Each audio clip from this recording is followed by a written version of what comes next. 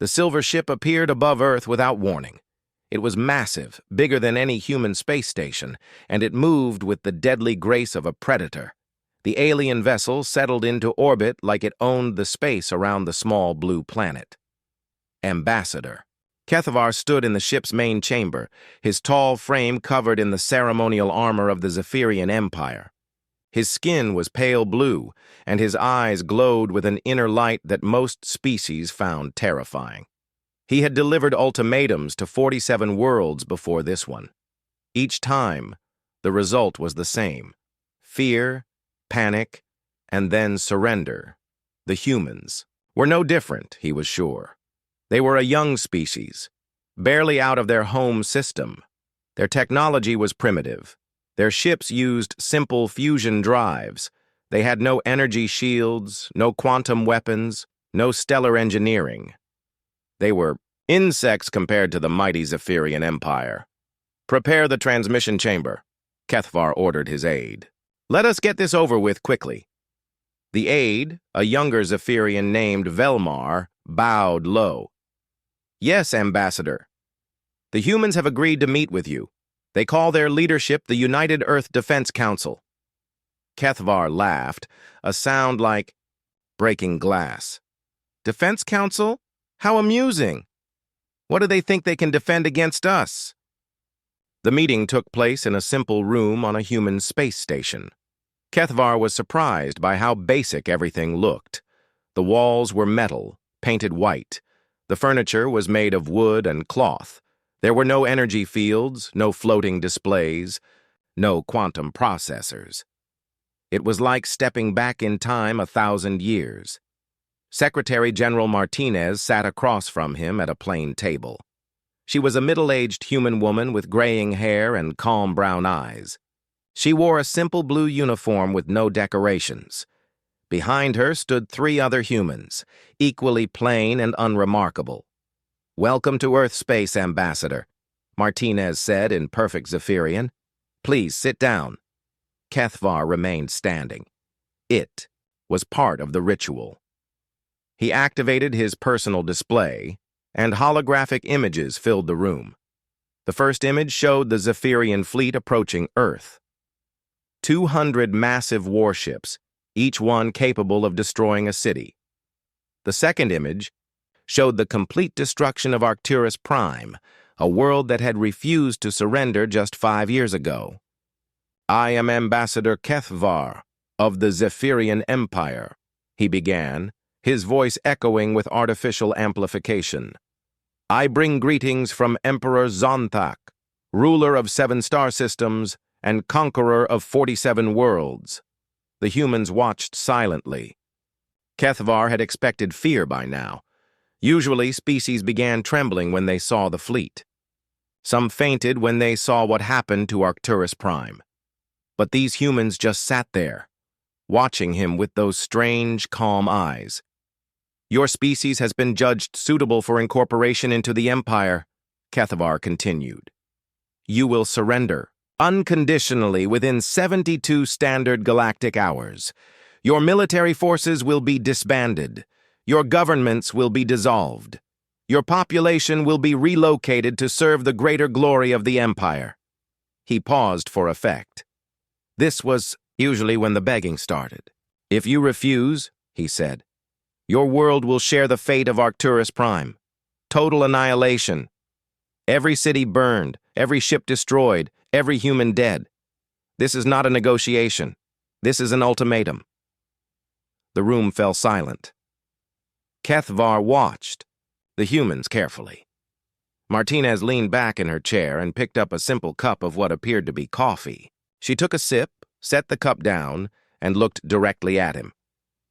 "Thank you for the message, Ambassador," she said. "We decline." Kethvar blinked. "I'm sorry, what did you say?" "We decline your ultimatum," Martinez repeated. "Earth will not surrender. Please withdraw your forces from our system within 48 hours, or we will consider your presence an act of war." The silence that followed was deafening. Kethvar stared at the human woman, trying to understand what he had just heard. In 47 previous conquests, No species had ever refused. Not when they saw the fleet. Not when they understood the consequences. You don't understand, Kethvar said slowly. We have 200 warships. Each one carries enough firepower to crack your planet's crust. Your entire military couldn't damage a single one of our vessels. One of the humans behind Martinez stepped forward. He was a tall man with silver hair and the bearing of a soldier. I'm Admiral Chen, commander of the Earth Defense Force, he said. We understand your capabilities perfectly, Ambassador. The question is, do you understand ours? Kethvar's aide, Velmar, whispered urgently in his ear. Sir, perhaps they don't comprehend the scope of our power. Shall I show them the recordings from the Vegan massacre? But Kethvar waved him away. He leaned forward, his glowing eyes fixed on Martinez. You cannot be serious. You're talking about fighting the Zephyrian Empire. We have crushed civilizations 1,000 times more advanced than yours. Martinez stood up slowly. She was much smaller than Kethvar, but somehow her presence filled the room. Ambassador, let me be very clear. We are not afraid of you. We are not impressed by your threats. And we are not going to surrender. She walked to a window that looked out into space. Earth hung below them, blue and white and beautiful. You see that planet down there? That's our home. Every human who has ever lived was born on that world or came from people who were born on that world. We have fought wars for thousands of years. We have survived ice ages, plagues, disasters that would have destroyed weaker species. She turned back to face him. Do you really think we're going to roll over for you just because you have big ships? Kethvar felt something he had never experienced before during an ultimatum delivery. Uncertainty. These humans were not reacting the way conquered species were supposed to react. They showed no fear, no panic, no desperate attempts to negotiate for mercy. You have no idea what you're facing, he said, his voice rising. The Ninth Fleet has never been defeated. Admiral Zondar commands ships that could turn your sun into a supernova. Martinez smiled, and Kethvar found the expression somehow more unsettling than any scream of terror. Ambassador, you have 47 hours and 23 minutes remaining. We suggest you use them wisely. Admiral Chen stepped forward again. I'll escort you back to your ship, Ambassador. I'm sure you have reports to send. As they walked through the station's corridors, Kethvar tried one more time. Admiral, surely you can see reason. Your species could have a place in the Empire. Serve faithfully, and humans could rise to positions of authority. Fight us, and you'll all be dead within a week. Chen stopped walking and looked at him. Tell me, Ambassador, how many species have you conquered without firing a shot? 39. Kethvar answered automatically. And how many fought back? 8. Kethvar paused. They were all destroyed. Chen nodded. I thought so. Well, you're about to meet your first species that fought back and won. Impossible, Kethvar snapped. You have primitive technology, chemical rockets and fusion reactors. We have quantum weapons and reality manipulators. Yes, Chen said simply. You do, and it won't matter. They reached the docking bay where Kethvar's shuttle waited. As the ambassador prepared to leave, Chen spoke one more time. Ambassador, when you report back to your fleet commander, make sure you tell him something important. We tried to warn you. What happens next is your choice, not ours. Kethvar climbed into his shuttle, his mind spinning. In 47 conquests, he had never encountered anything like this. The humans were either incredibly brave or incredibly stupid. As his shuttle headed back to the Ninth Fleet, he found himself hoping it was stupidity, because if it was bravery backed by capability, the Empire was about to face something it had never encountered before, a species that refused to surrender and believed it could win. Admiral Zondar stood on the bridge of his flagship, the massive dreadnought called Eternal Conquest. Through the viewing ports, he could see the rest of the Ninth Fleet taking positions around Earth's moon. 200 warships, each one a masterpiece of Zephyrian engineering. The smallest destroyer was larger than anything humans had ever built. The largest dreadnoughts could crack planets. "Status report," Zondar commanded. His tactical officer, Commander Kethron, consulted his displays. "All ships in position, Admiral. The humans have deployed their entire fleet to intercept us. 43 vessels total." Zondar almost laughed. 43 ships against 200. It was like watching insects prepare to fight a storm. "Show me their fleet." The main screen lit up with tactical displays of the human ships. Zondar studied them with the eye of someone who had commanded fleets for 3 centuries. They were pathetic. Simple metal hulls with primitive fusion drives. No energy shields that his sensors could detect. Their largest ship was barely the size of a Zephyrian escort. "What are they armed with?" he asked. "Kinetic weapons, mostly," Kethran replied. "Some missile systems. Nuclear warheads, but old-style fission devices. Nothing that could penetrate our shields." "And their formation?" Kethran highlighted the human fleet positions on the display. "Loose defensive screen between us and their planet. They're not even trying to concentrate their firepower." Zondar shook his head. Either the humans were complete amateurs at space warfare, or they had some strategy he couldn't see. Given their technology level, he assumed it was the former. "Sir," the communications officer spoke up, "we are receiving a transmission from Ambassador Kethvar's ship." "Put him through." Kethvar's image appeared on the screen. The ambassador looked troubled, which was unusual. Kethvar had delivered ultimatums to dozens of worlds. Nothing should have disturbed him. "Admiral," Kethvar said, "I've completed my mission. The humans have refused to surrender." "Of course they have," Zondar replied. "They always refuse at first." "What was their reaction when you showed them our fleet?" Kethvar hesitated. "That's what troubles me, Admiral. They showed no fear. Their leader, a woman named Martinez, was completely calm. She even gave us an ultimatum of our own." "They gave us an ultimatum?" Zondar laughed. "What did they demand?" "That we withdraw from their system within 48 hours. This time Zondar's laughter was genuine. "Withdraw? These primitives ordered the Ninth Fleet to withdraw. What did you tell them?" "I explained our capabilities, sir. I showed them the destruction of Arcturus Prime. I made it clear what would happen if they resisted." Kethvar paused. "They didn't care, Admiral. They acted like they expected to win." Zondar studied his old friend's face on the screen. Kethvar was many things, but he was not given to imagination or fear. If he was troubled, there might be a reason. "Did they demonstrate any weapons?" Zondar asked. "Show any technology we haven't seen?" "No, sir. Everything appeared primitive. But, Admiral, there was something about them. The way they spoke, the way they acted. It was like they knew something we didn't." "What they know," Zondar said firmly, "is that they're about to die. How much time is left on their ultimatum?" 18 hours, sir." "Perfect. That gives us time to get into optimal firing positions. We'll begin bombardment the moment their deadline expires." The next 18 hours passed slowly. Zondar watched as his fleet moved into perfect attack formation. The humans made no aggressive moves. Their ships held position between the Ninth Fleet and Earth, but they didn't advance or try to target Zephyrian vessels. They just waited.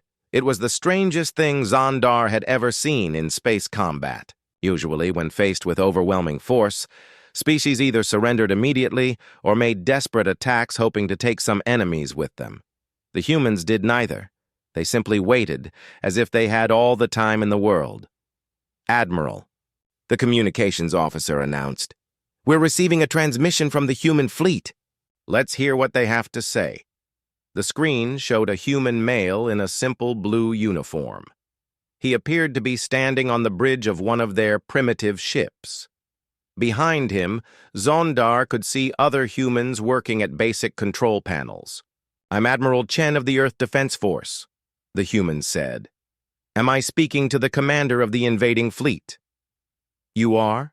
Zondar replied. "I am Admiral Zondar of the Ninth Fleet. Your ultimatum deadline has passed. You have one final chance to surrender before we destroy your entire civilization."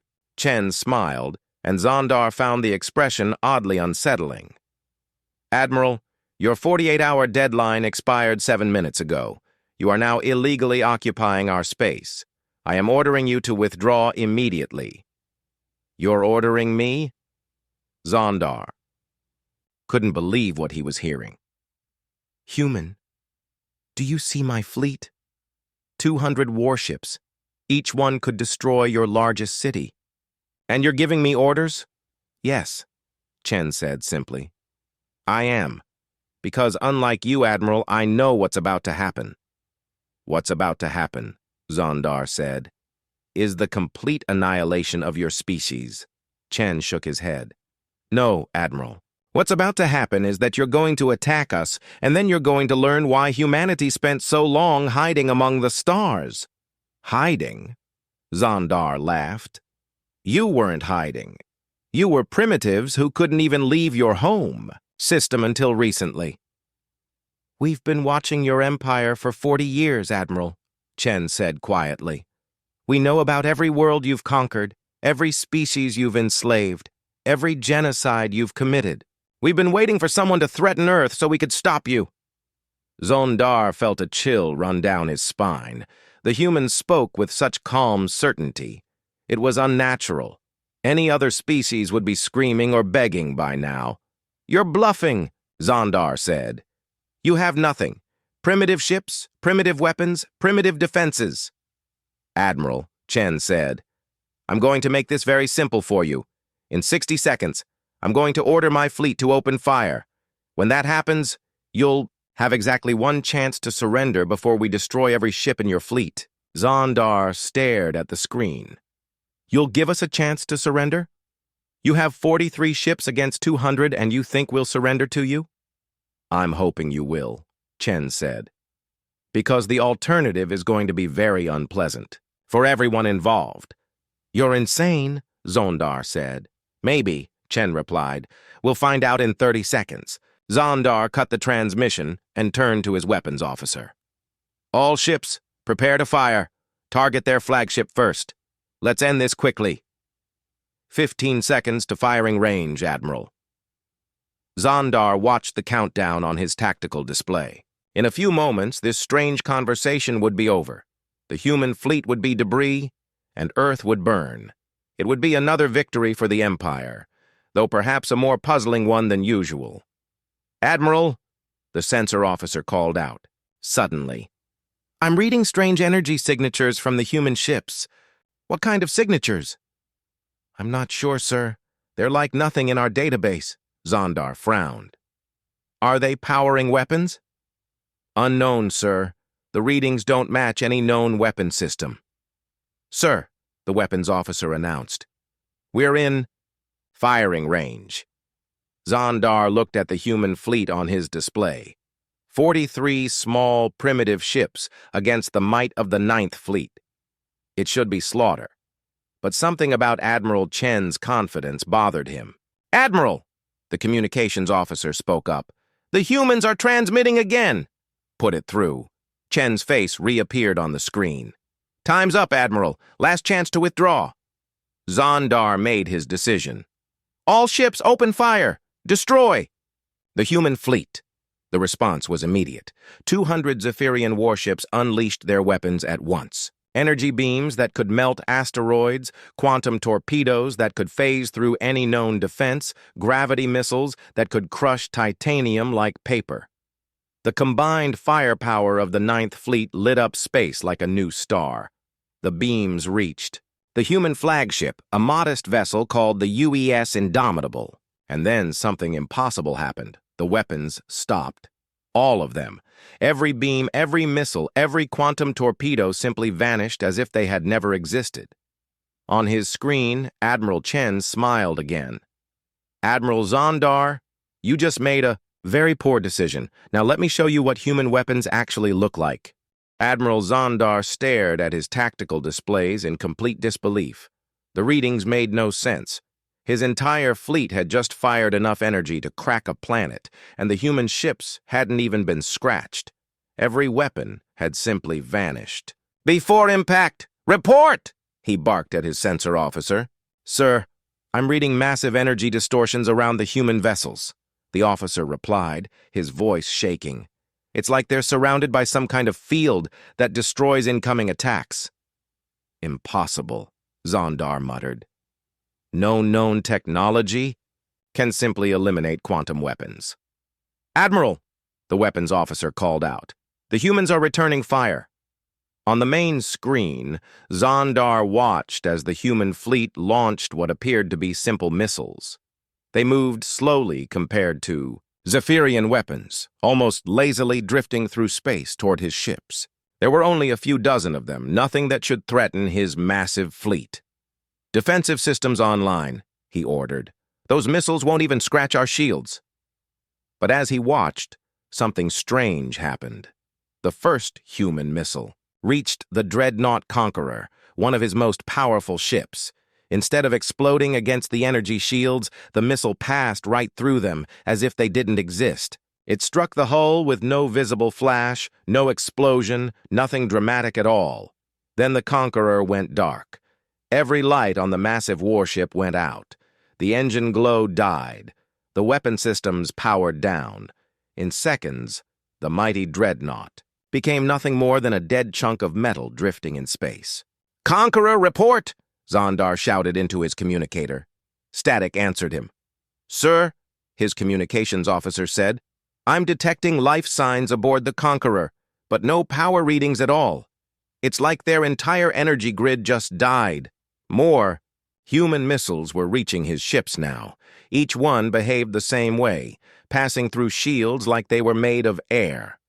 The destroyer, Swift Death, was hit next, and it suffered the same fate as Conqueror. Total power loss, complete system failure. "How are they doing this?" Zondar demanded. "Unknown, sir," his science officer replied. "The missiles appear to disrupt quantum energy fields at the molecular level. I've never seen anything like it." "All ships! Evasive maneuvers!" Zondar commanded. "Don't let those missiles hit you!" But the human weapons weren't finished surprising him. As he watched, a second wave of missiles launched from the human fleet. These looked different, glowing with a strange blue light. The first one struck the heavy cruiser Dominator. What happened next would haunt Zondar for the rest of his life. The Dominator began to age, rapidly. The hull, which had been shining new metal moments before, started to rust and corrode. Sections began to fall away as if the ship was thousands of years old. The crew's panic-filled transmissions grew weaker and more confused as they aged decades in minutes. "By the Emperor's blood," Zondar whispered, "they're weaponizing time." A third wave of human missiles launched. These glowed with a soft white light, and when they struck their targets, something even worse happened. The battleship Eternal Glory was hit by one of these new weapons, and a perfect sphere of nothingness appeared in its center. The matter that had been there simply ceased to exist, leaving a hole that went completely through the ship. "Matter conversion weapons," his science officer said in a horrified whisper. "They're turning our ship's atoms into pure energy." Zondar's fleet was dying around him, not exploding in glorious battle, not fighting to the last warrior as Zephyrian ships were supposed to do. They were being methodically disabled or destroyed by weapons that shouldn't exist. Some ships went dark and dead. Others aged into scrap, metal. Still others had pieces of themselves simply deleted from reality. "All ships, scatter," Zondar ordered. "Break formation and engage at maximum range." But it didn't matter. The human weapons seemed to ignore distance, shields, and armor. Equally, the dreadnought Infinite Power tried to jump to faster-than-light speed to escape, but a human missile caught it mid-jump. The ship appeared and disappeared in flashes, caught between dimensions until it finally tore itself apart. "Sir," his tactical officer reported, "we've lost 60% of the fleet. The humans haven't even been scratched." Zondar looked at his displays showing the battle. It wasn't a battle at all. It was an execution. His mighty Ninth Fleet, conqueror of worlds, was being casually destroyed by weapons he couldn't understand. "Admiral," the communications officer said, "we're receiving a transmission from the human flagship." Admiral Chen's face appeared on the screen again. He looked calm, almost sad. "Admiral Zondar," Chen said, "I'm going to offer you something we've never offered to an aggressive species before. Surrender now and we'll stop firing. You're surviving. Crew will be rescued and treated well. You have my word on that." "Treated well?" Zondar couldn't believe what he was hearing. "You're destroying my fleet." "We're disabling your fleet," Chen corrected. "If we wanted to destroy it, you'd all be dead already. These are our non-lethal weapons, Admiral." "Non-lethal?" Zondar stared at the screen. "My ships are being torn apart." "Your ships are being neutralized," Chen said patiently. "Most of your crews are still alive. The time dilation weapons are set to non-fatal aging. The matter converters are targeting empty sections of hull. We're trying very hard not to kill anyone." Zondar felt his world shifting around him. Non-lethal weapons. The humans were destroying the most powerful fleet in the galaxy with weapons they considered non-lethal. "What are your lethal weapons like?" he asked in a whisper. Chen's expression grew very serious. "You don't want to find out, Admiral. Please, order your ships to surrender. We can stop this right now." Zondar looked around his bridge. His officers were staring at him, waiting for orders. Through the viewports, he could see the wreckage of his fleet. Ships that had never known defeat, reduced to drifting hulks in a matter of minutes. "Sir," his weapons officer said quietly, "our main batteries are still operational. We could target their planet directly." For a moment, Zondar considered it. One final strike at Earth itself to show these humans that the Zephyrian Empire didn't surrender without extracting a price. "Admiral," Chen said, as if reading his thoughts, "I strongly advise against targeting our planet. You've seen our defensive weapons. Now you're thinking about our planetary defense systems. Don't." "You can't defend an entire world," Zondar said. "We can," Chen replied simply. "But if you attack Earth, we'll stop being nice to you. Your crews will start dying. Your ships will be completely destroyed instead of just disabled. Is your pride worth that many lives?" Zondar closed his eyes. In 3 centuries of military service, he had never faced a decision like this. Surrender to primitives or watch his entire fleet die for nothing. "All ships," he said quietly. "Stand down. Surrender to the human fleet." "Admiral?" his weapons officer asked in shock. "You heard me," Zondar said. "Power down all weapons. Send the surrender signal." On the screen, Admiral Chen nodded. "Thank you, Admiral. That was the right choice. We'll begin rescue operations immediately." As human ships moved to help the damaged Zephyrian vessels, Zondar slumped in his command chair. The Ninth Fleet was finished. 47 conquests, 3 centuries of victory, and it had all ended in 23 minutes against an enemy that considered planetary destruction a non-lethal option. "Sir," his communications officer said, "Ambassador Kethvar is requesting permission to speak with you." "Put him through." Kethavar's image appeared, and Zondar could see the shock in his old friend's eyes. "Admiral," Kethvar said, "what happened out there?"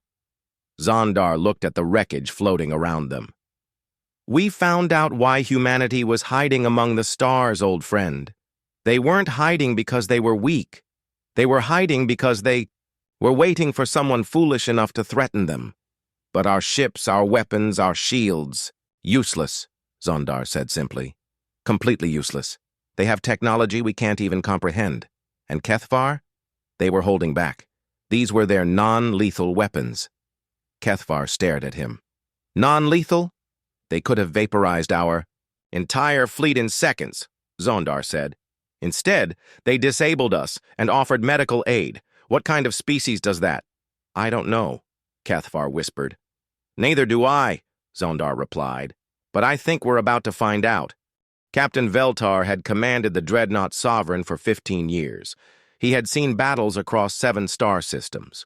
He had watched worlds burn and civilizations fall. But nothing in his experience had prepared him for waking up in a human medical bay. The room was clean and white with soft lighting that didn't hurt his eyes. Veltar lay on a comfortable bed, connected to machines that he didn't recognize, but which seemed to be monitoring his health. A human female in a white coat was checking readings on a display beside his bed. Good. You're awake, she said in perfect Zephyrian. How are you feeling, Captain? Veltar tried to sit up, then stopped as pain shot through his chest.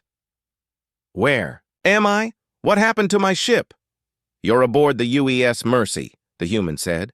I'm Dr. Sarah Kim. Your ship was caught in a quantum cascade when our weapons disabled your power core. You received a dangerous dose of radiation, but you're going to be fine. Veltar stared at her. You're treating me? Why? Dr. Kim looked surprised by the question. Because you're injured. That's what doctors do, Captain. We treat injured people. But I'm your enemy. No, Dr. Kim said quietly. You're a person who made some poor choices. That's very different. Veltar tried to process this. In the Zephyrian Empire, captured enemies were either executed or enslaved. They were never given medical treatment by their conquerors. My crew, he said. What happened to my crew? Most of them are fine, Dr. Kim assured him. We evacuated everyone from the ships that were too badly damaged. Your people are being housed on several of our vessels while we figure out how to get you home. Home? Veltar couldn't believe what he was hearing. You're sending us home? Of course. Where else would we send you? Before Veltar could answer, the door opened and another human entered. This one wore a military uniform, and Veltar recognized him from the battle transmissions. Admiral Chen, the human fleet commander. Captain Veltar, Chen said, nodding, politely. I'm glad to see you're recovering. I wanted to speak with you about the battle. Veltar tensed. Now the interrogation would begin. The humans would want to know about Zephyrian military secrets, fleet positions, weaknesses they could exploit. I will tell you nothing, Veltar said. Chen looked puzzled. I'm not here to interrogate you, Captain. I wanted to apologize. Apologize?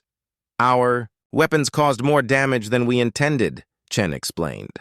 We're still learning how to use them against ships with your technology. Several of your crew members were hurt when your power core overloaded. That wasn't supposed to happen. Veltar stared at the human admiral. You're apologizing for not destroying us efficiently enough? I'm apologizing for not protecting your people during the battle, Chen said. We take full responsibility for any casualties. This was impossible. Veltar had been in dozens of battles. Victorious armies didn't apologize to their defeated enemies. They gloated, they demanded information, they imposed terms. I don't understand, Veltar said. You won. We lost. Why are you treating us like guests instead of prisoners? Chen pulled up a chair and sat down beside the bed. Captain, can I ask you something? In all the worlds your empire has conquered, how many of them actually attacked you first? Veltar thought about it. None. We always struck first. It's more efficient. And how many of those worlds had done anything to harm your people? Harm us? Veltar was confused. They didn't need to harm us. They had resources we needed, territory we wanted. So you attacked innocent civilizations and enslaved or killed their people because it was convenient? It's not personal, Veltar said. It's just how the Empire works. The strong rule the weak. That's natural law. Chen was quiet for a long moment. Captain, let me tell you something about humanity. For most of our history, we believed the same thing. The strong conquered the weak. Might made right. We fought wars constantly, enslaved each other, committed terrible atrocities because we thought it was natural. What changed? Veltar asked. We grew up, Chen said simply. We realized that just because you can hurt someone doesn't mean you should. We learned that strength without compassion is just brutality, and we decided we wanted to be better than that. Dr. Kim spoke up from where she was working on his medical chart. Captain, can I ask you something? Do you have a family back home? Yes, Veltar said cautiously. A mate and 2 offspring. What are their names? Why do you want to know? I'm just curious, Dr. Kim said. I have a family too, a husband and a daughter.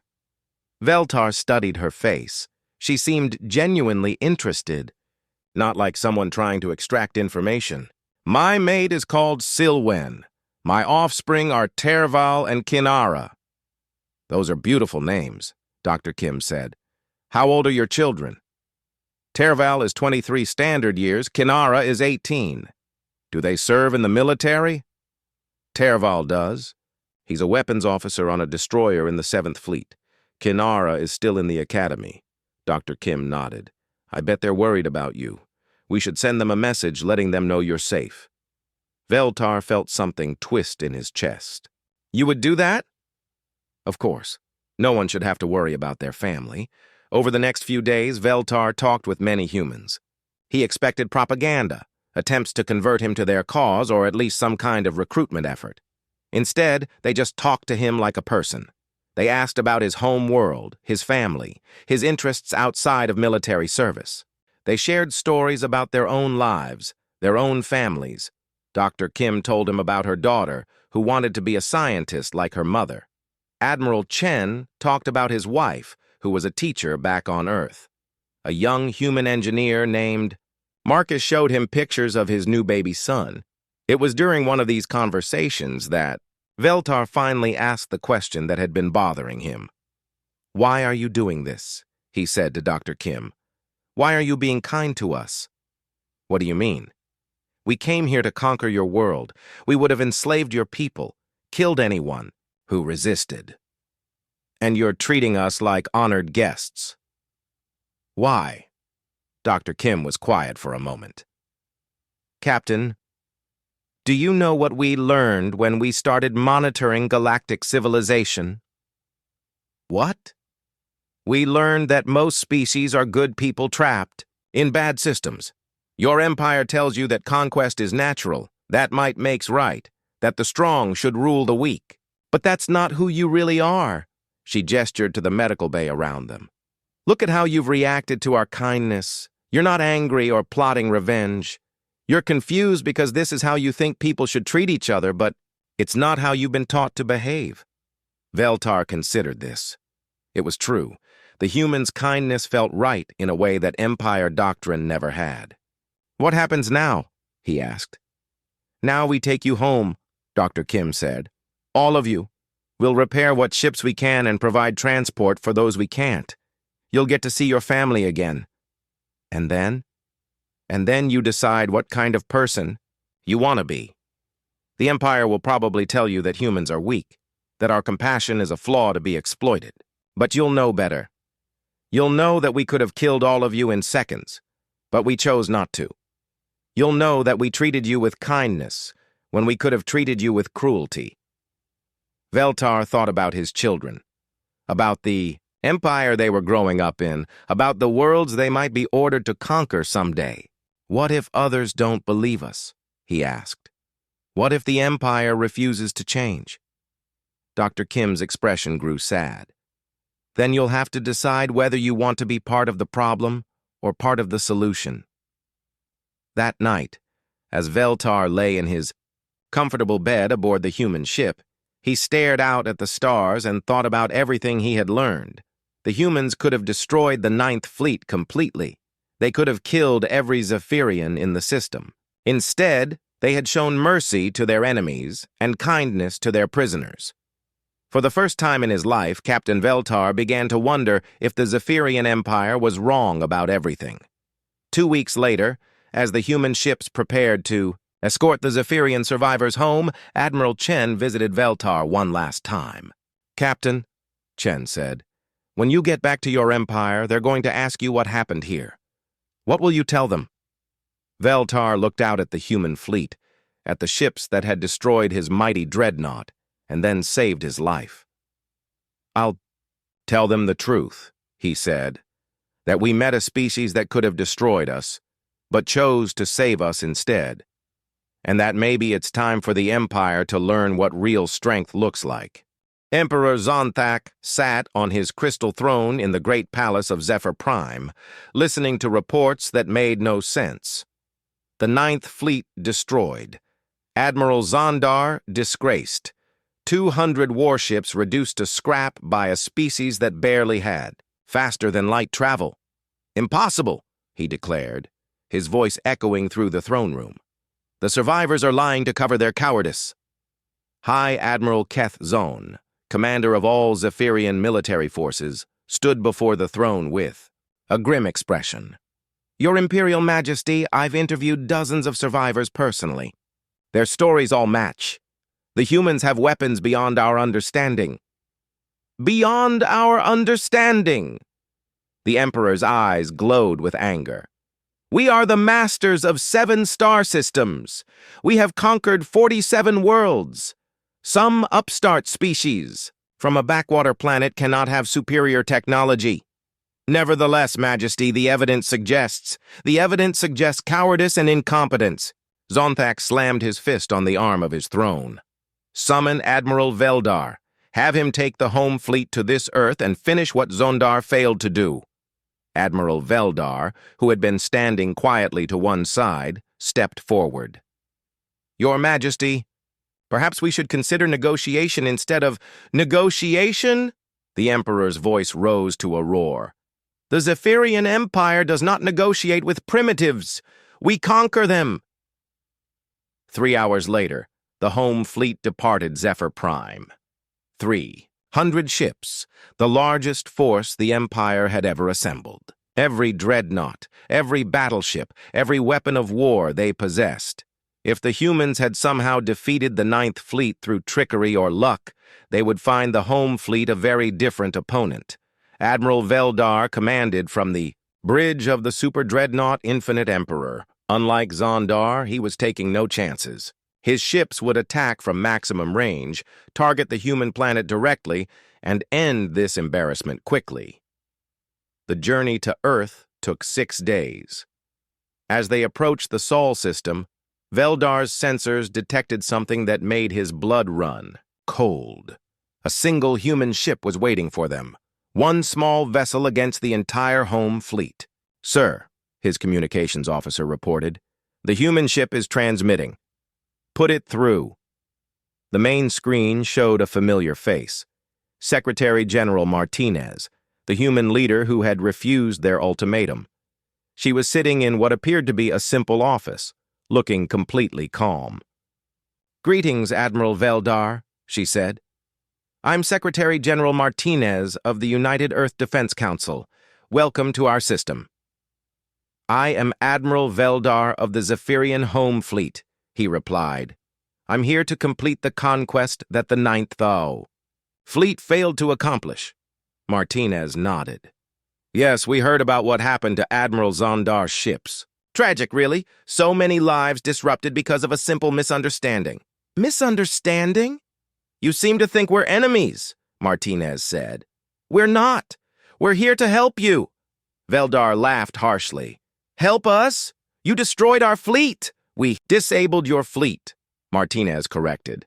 "And then we provided medical care, comfortable quarters, and safe transport home for all survivors. Is that how enemies treat each other in your empire?" This gave Veldar pause. The reports from the Ninth Fleet survivors, had mentioned the humans' strange kindness, but he had assumed it was propaganda or psychological warfare. "What do you want?" he asked. "We want to return your people," Martinez said. "All the survivors from the Ninth Fleet are aboard my ship.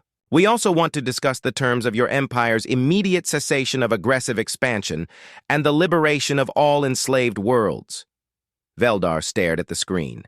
"You want us to surrender? To you?" "We want you to stop hurting innocent people," Martinez said. "The galaxy is big enough for everyone, Admiral. There's no need for conquest and slavery." "The strong rule the weak," Veldar said automatically. "That is natural law." "No," Martinez said quietly. "That's what bullies tell themselves to justify their cruelty. The truly strong protect those who need protection." "Enough talk," Veldar declared. "You have one human ship against 300 Zephyrian warships. Surrender now or be destroyed." Martinez sighed. "Admiral, I'm going to show you something. Please pay attention." On Veldar's tactical display, every ship in his fleet suddenly went dark for exactly 60 seconds. All power, all weapons, all life support. Then, just as suddenly, everything came back online. "How?" Veldar whispered. "Admiral," Martinez said, "what you just experienced was a demonstration. We could have left your ships powerless. We could have disabled your life support permanently. We could have done much worse things. But we didn't, because we're not your enemies." Veldar looked around his bridge. His officers were staring at their instruments in shock. The humans had just demonstrated that they could disable his entire fleet without firing a shot. "What are you?" he asked. "We're the species that's been watching your empire commit atrocities for 40 years, Martinez replied. "We're the people who decided that enough was enough. And we're the civilization that's going to ensure you never hurt anyone again." "You can't stop the empire," Veldar said, but his voice lacked conviction. "Admiral, we just disabled your entire fleet with a single ship. How many fleets do you think we'd need to disable your empire?" The answer was obvious and terrifying. If the humans could do this to 300 ships, they could do it to 3,000 or 3 million. "What do you want from us?" Veldar asked quietly. "Peace," Martinez said. "Real peace, not the peace of conquest, but the peace of cooperation. You have a choice, Admiral. Return home and convince your emperor to negotiate, or watch your empire crumble as we systematically disable every aggressive fleet you send. And if we choose to negotiate, then we help you become the civilization you could be instead of the one you are. We share technology, knowledge, resources. We help you build a society based on cooperation instead of domination." Veldar thought about the survivors' reports. The humans had shown kindness to their enemies, mercy to their captives. They had treated wounded Zephyrians with the same care they gave their own people. "How do I know you're telling the truth?" he asked. "Because, Admiral," Martinez said, "if we wanted to destroy you, you'd already be dead." The transmission ended, and Veldar was left staring at a blank screen. Around him, his officers waited for orders. 300 ships against one, and somehow he knew that the single human vessel could destroy them all. "Admiral," his communications officer said, "we're receiving a transmission from the capital. Emperor Zonthak wants a report." Veldar thought about what he would tell his emperor. That the humans had weapons beyond imagination? That they could disable entire fleets without breaking a sweat? That they offered mercy instead of demanding vengeance? "Sir," the officer prompted. "Tell the Emperor," Veldar said slowly, "that we need to talk. All of us. The entire High Command, and tell him to prepare for some very disturbing news." 2 days later, Veldar stood once again before the Crystal Throne. This time, he was not alone. Captain Veltar and a dozen other survivors from the Ninth Fleet stood with him. Together, they told their emperor the truth about humanity. "They could have killed us all," Veltar said. "Every ship, every crew member. Instead, they saved our lives and sent us home." They have weapons that make our technology look like toys, added Commander Kethron. But they used the weakest ones they had. They were trying not to hurt us. Emperor Zonthak listened in growing disbelief. Finally, he stood from his throne, his eyes blazing with fury. "Lies!" he shouted. "All lies! No species is that powerful. No civilization is that merciful." "Your Majesty," Veldar said quietly. "What if they are?" The question hung in the air like a challenge. What if humanity really was everything the survivors claimed? What if the Zephyrian Empire, for all its might and pride, was nothing more than a schoolyard bully faced with someone truly strong? "Majesty," High Admiral Kethzan spoke up, "we have a choice. We can continue our expansion and face whatever weapons the humans haven't shown us yet. Or we can consider their offer of negotiation." "The Zephyrian Empire does not negotiate," Zonthak declared. "Then the Zephyrian Empire will fall," Veltar said simply, "because the humans aren't going to let us continue enslaving innocent worlds, and we can't stop them." For the first time in his long reign, Emperor Zonthak felt something he had never experienced before: fear. Not of death or defeat, but of facing an opponent who was truly superior in every way that mattered. "What do they want?" he asked quietly. "Peace," Veldar replied. "Real peace. The end of conquest. The freedom of enslaved worlds. A chance for the Empire to become something better." "And if we refuse?" Veltar thought of Admiral Chen's calm confidence, of Dr. Kim's gentle kindness, of the human engineer who had shown him pictures of his baby son. "Then we learn what their real weapons look like," he said. "And I don't think any of us want that." The Emperor sank back onto his throne. Around him, the greatest military minds of the Empire waited for his decision. Outside, on 47 conquered worlds, enslaved populations toiled under Zephyrian rule, never knowing that their freedom might depend on one alien's choice. "Send a message to the humans," Zonthak said finally. "Tell them the Zephyrian Empire is willing to discuss terms." And across the galaxy, on a small blue planet in an unremarkable star system, humanity prepared to help an empire learn the difference between strength and cruelty, between power and wisdom,